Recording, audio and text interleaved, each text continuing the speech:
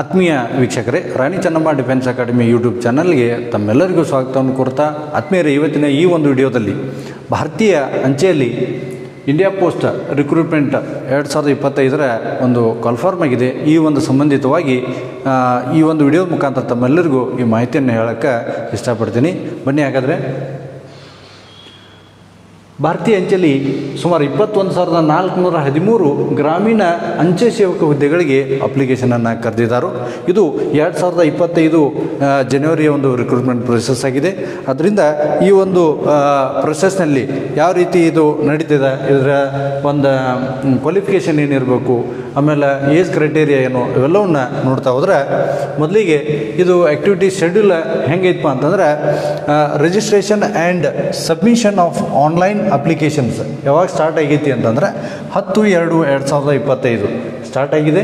ಆಮೇಲೆ ಇದು last date ಬಂದುಬಿಟ್ಟು 3/3/2025 ಏನಾಗತ್ತಪ್ಪ ಅಂದ್ರೆ ಈ ಒಂದು ಅಪ್ಲಿಕೇಶನ್ ಹಾಕಲಿಕ್ಕೆ ನಿಮಗೆ ಅವಕಾಶ ಇರ್ತದೆ. ನೆಕ್ಸ್ಟ್ ಮುಂದುವರಿದು ಈ ನೀವು ಹಾಕಿದಂಥ ಅಪ್ಲಿಕೇಶನ್ನಲ್ಲಿ ಏನಾದರೂ ತಪ್ಪುಗಳಾಗಿದ್ದರೆ ಅವನು ಕರೆಕ್ಷನ್ ಮಾಡಲಿಕ್ಕೆ ಇಲ್ಲಿ ಕರೆಕ್ಷನ್ ವಿಂಡೋ ಅನ್ನುವಂಥದ್ದು 6/3/2025 ಅಲ್ಲಿಂದ 8/3/2025 ನಿಮ್ಗೆ ಕರೆಕ್ಷನ್ ಮಾಡ್ಕೊಳ್ಳಿಕ್ಕೆ ಅವಕಾಶ ಇರ್ತದೆ. ಮುಂದುವರೆದು ಇಲ್ಲಿ ಯಾವ್ಯಾವ ಹುದ್ದೆಗಳಿಗೆ ಹಂಗಾರ ಕನ್ಫರ್ಮ್ ಆಗಿತ್ತಪ್ಪ ಅಂತ ಕೇಳಿದ್ರೆ ನೋಡ್ರಿಲ್ಲೇ 3 ರೀತಿಯ ಹುದ್ದೆಗಳಲ್ಲಿ ಕರೆದಿದ್ದಾರೆ. ಅದರಲ್ಲಿ ಮೊದಲೇದು ನೋಡ್ರಿ, ಇಲ್ಲಿ ಮೊದಲೇದು ನೋಡಿದ್ರೆ ಬ್ರ್ಯಾಂಚ್ ಪೋಸ್ಟ್ ಮಾಸ್ಟರ್ ಅಂದ್ರೆ BPM ಅಂತ ಕರಿತೀವಿ ನಾವು. ಬ್ರ್ಯಾಂಚ್ ಪೋಸ್ಟ್ ಮಾಸ್ಟರ್ ಅನ್ನುವಂಥ ಒಂದು ಹುದ್ದೆಯನ್ನು ಕರೆದಿದ್ದಾರೆ. ಆಮೇಲೆ ಎರಡನೇದಾಗಿ ಅದನ್ನು ಕರೆದಾರಪ್ಪ ಅಂತಂದ್ರೆ assistant branch post master ABPM ಅಂತ ಕರಿತೀವಿ. ಈ ಹುದ್ದೆಗಳಿಗೂ ಕೂಡ ಇದರಲ್ಲಿ ಕನ್ಫರ್ಮ್ ಇದೆ. ಆಮೇಲೆ ಮೂರನೇದು ಏನಪ್ಪ ಅಂದ್ರೆ ಡಾಕ್ ಸೇವೆ ಅನ್ನುವಂಥ ಒಂದು ಹುದ್ದೆಗಳಿಗೆ ಇಲ್ಲಿ ಕನ್ಫರ್ಮ್ ಆಗೈತಿ. ಇನ್ನಾಗಾರ ಈ ಒಂದು 3 ಹುದ್ದೆಗಳಿಗೆ ಸಾಮಾನ್ಯವಾಗಿ ಏನು ಕ್ವಾಲಿಫಿಕೇಷನ್ ಇಟ್ಟಿದ್ದಾರು ಅಂತಂದ್ರೆ, ಎಜುಕೇಷನ್ ಕ್ವಾಲಿಫಿಕೇಷನ್ಸು 10th ಪಾಸ್ ಆಗಿರಬೇಕು, ಓನ್ಲಿ 10ನೇ ತರಗತಿ ಪಾಸ್ ಆಗಿದ್ರೆ ಸಾಕು. ಆದರೆ ಇಲ್ಲೇನಾಗಿತ್ತಪ್ಪ ಅಂತಂದ್ರೆ ಈ ಒಂದು ಹುದ್ದೆಗಳಿಗೆ ನೀವು ಆಯ್ಕೆ ಆಗಬೇಕಪ್ಪ ಅಂದ್ರೆ ನಿಮ್ಮ ಪರ್ಸೆಂಟೇಜ್ ಅತಿ ಹೆಚ್ಚಿರಬೇಕಾಗ್ತದೆ. ಅಂದ್ರೆ ಈ ಒಂದು ಎಕ್ಸಾಮ್ಗೆ ನಿಮ್ಗೆ ಯಾವುದೇ ರೀತಿಯಾದಂತಹ ಈ ಒಂದು ಹುದ್ದೆಗಳಿಗೆ ಯಾವುದೇ ರೀತಿಯಾದಂಥ ಎಕ್ಸಾಮ್ಗಳನ್ನು ಅಥವಾ ಪರೀಕ್ಷೆಯನ್ನು ಬರೆಯುವಂಥ ಅವಶ್ಯಕತೆ ಇರೋದಿಲ್ಲ. ಇದು ಕೇವಲ ಮೆರಿಟ್ ಆಧಾರವಾಗಿರ್ತದೆ. ಅಂದರೆ 10ನೇ ತರಗತಿಯಲ್ಲಿ ನೀವು ಏನು ಅಂಕಗಳನ್ನು ಪಡೆದಿರ್ತೀರಿ ಅದರ ಒಂದು ಪರ್ಸೆಂಟೇಜ್ ಮೇಲೆ ನಿಮ್ಮ ಮೆರಿಟ್ ಲಿಸ್ಟ್ ತೆಗೆದು ನಿಮ್ಮನ್ನ ಆಯ್ಕೆ ಮಾಡಲಾಗ್ತದೆ ಅನ್ನೋದು ನಿಮ್ಮೆಲ್ಲರಿಗೂ ಗೊತ್ತಿದೆ. ಅದರ ಜೊತೆಗೆ ಇನ್ನೂ ಇದರದ ಕ್ವಾಲಿಫಿಕೇಷನ್ ಮತ್ತೇನಿರಬೇಕು ಅಂತಂದರೆ ಕಂಪ್ಯೂಟರ್ ನಾಲೆಜ್ ಇದ್ದರೆ ಅಲ್ಲಿ ಆದ್ಯತೆಯನ್ನು ನೀಡ್ತಾರೆ. ಜೊತೆಗೆ ನಾಲೆಜ್ ಆಫ್ ಸೈಕ್ಲಿಂಗ್ ಇದಂತೂ ಎಲ್ಲರಿಗೂ ಬರ್ತದೆ, ಸೈಕಲ್ ಹೊಡ್ಯಾಕೆ ಬರಬೇಕು ಅನ್ನೋಂಥದ್ದು. ಓಕೆ, ಇದಿಷ್ಟು ಈ ಹುದ್ದೆಗಳ ಮಾಹಿತಿ ಮತ್ತು ಕ್ವಾಲಿಫಿಕೇಷನ್ ಬಗ್ಗೆ ಆಯಿತು. ಇನ್ನು ಮುಂದುವರೆದು ಇಲ್ಲಿ ಏಜ್ ಲಿಮಿಟ್ ಏನು ರೀ ಇದಕ್ಕಂತ ಕೇಳಿದ್ರೆ, ಏಜ್ ಲಿಮಿಟ್ ಏನಪ್ಪ ಅಂತ ನಾವು ನೋಡಿದಾಗ ಇಲ್ಲಿ ಮಿನಿಮಮ್ ಏಜ್ ಬಂದುಬಿಟ್ಟು 18 ವರ್ಷ ಇರ್ತದೆ. ಮ್ಯಾಕ್ಸಿಮಮ್ ಏಜ್ ಎಷ್ಟಿರ್ತದಪ್ಪ ಅಂದ್ರೆ 40 ವರ್ಷ ಇರ್ತದೆ, 40 ವರ್ಷ ಇರ್ತದೆ. ಹಾಗಾದ್ರೆ ಏಜ್ ರಿಲ್ಯಾಕ್ಸೇಷನ್ ಆದರೂ ಇರ್ತೈತೇನೋ ಹೆಂಗೆ ಅಂತ ಕೇಳಿದರೆ, ಏಜ್ ರಿಲ್ಯಾಕ್ಸೇಷನ್ ಅದ ಯಾವ ರೀತಿ ಅಂತ ನೋಡಿಲ್ಲ. ಇಲ್ಲಿ SC ಮತ್ತು ST ದವ್ರಿಗೆ ಕಾಸ್ಟ್ನವ್ರಿಗೆ 5 ವರ್ಷ ಸಡಿಲಿಕೆ ಇರ್ತದೆ.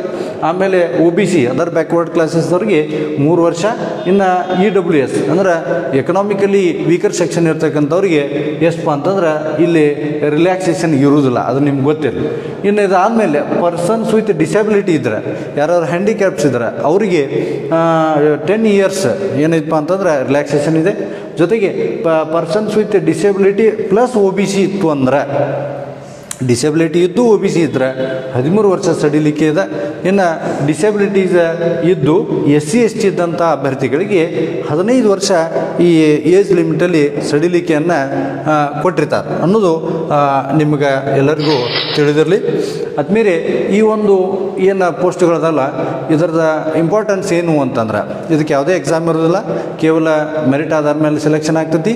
ಆಮೇಲೆ ನೀವು ಒಂದು ವೇಳೆ ಅಲ್ಲಿ ಗೆಟ್ಟಿನ ಆದಮೇಲೆ ನಿಮಗೆ 3 ವರ್ಷ ಆಮೇಲೆ 5 ವರ್ಷ ಹಿಂಗೆ ಹಂತ ಹಂತವಾಗಿ ಡಿಪಾರ್ಟ್ಮೆಂಟಲ್ಲಿ ಎಕ್ಸಾಮನ್ನು ಬರೆದು ನೀವು ಉನ್ನತ ಹುದ್ದೆಗಳಿಗೆ ಹೋಗಲಿಕ್ಕೆ ಅವಕಾಶ ಸಿಗ್ತದೆ. ಮತ್ತು ಅಲ್ಲಿ ರಿಸರ್ವೇಷನ್ ಸಿಗ್ತದೆ ನಿಮ್ಗೆ, ಅದು ಇಂಪಾರ್ಟೆಂಟ್. ಯಾಕಂದ್ರೆ ಹೊರಗಿನ ಅಭ್ಯರ್ಥಿಗಳಿಗೂ ನೀವು ಒಂದು ಇದ್ರಾಗ ಈ ಒಂದು ಹುದ್ದೆಗಳಲ್ಲಿ ಗೆಟ್ಟಿನ ಆದ್ರಿ ಅಂದ್ರೆ ನಿಮ್ಗೆ ರಿಸರ್ವೇಷನ್ ಕೋಟ ಅನ್ನೋದು ಸಿಗ್ತೈತಿ. ಅದರ ಲಾಭವನ್ನು ಪಡ್ಕೋಬೇಕು. ಈಸಿಯಾಗಿ ನಾನು ಭಾರತೀಯ ಅಂಚೆಯಲ್ಲಿ ನಾನು ರಿಕ್ರೂಟ್ ಆಗಬೇಕಪ್ಪ ಅಂತಂದ್ರೆ ಇದಕ್ಕೆ ನೀವು ಅಪ್ಲಿಕೇಶನ್ ಹಾಕಕ್ಕೆ ಅಡ್ಡಿ ಇಲ್ಲ. ತಾವೆಲ್ಲರೂ ಕೂಡ ಇದಕ್ಕೆ ಏನು ಮಾಡಿರಿ ಅಂದ್ರೆ ಅಪ್ಲಿಕೇಶನ್ ಹಾಕುವಂಥ ಪ್ರಯತ್ನವನ್ನು ಮಾಡಿರಿ. ನಿಮ್ಗೆ ಜಯ ಆಗಲಿ. ಅದರಿಂದ ಈ ಒಂದು ನಮ್ಮ ವಿಡಿಯೋ ನಿಮ್ಗೆ ಲೈಕ್ ಆಗಿದ್ರೆ ಇದನ್ನು ನಮ್ಮ ಶೇರ್ ಮಾಡಿರಿ, ನಮ್ಮ ಚಾನಲ್ನ ಸಬ್ಸ್ಕ್ರೈಬ್ ಮಾಡಿರಿ ಅಂತ ಹೇಳ್ತಾ ಈ ಒಂದು ವಿಡಿಯೋನ ಮುಗಿಸ್ತಾ ಇದ್ದೀನಿ. ಜೈ ಹಿಂದ್.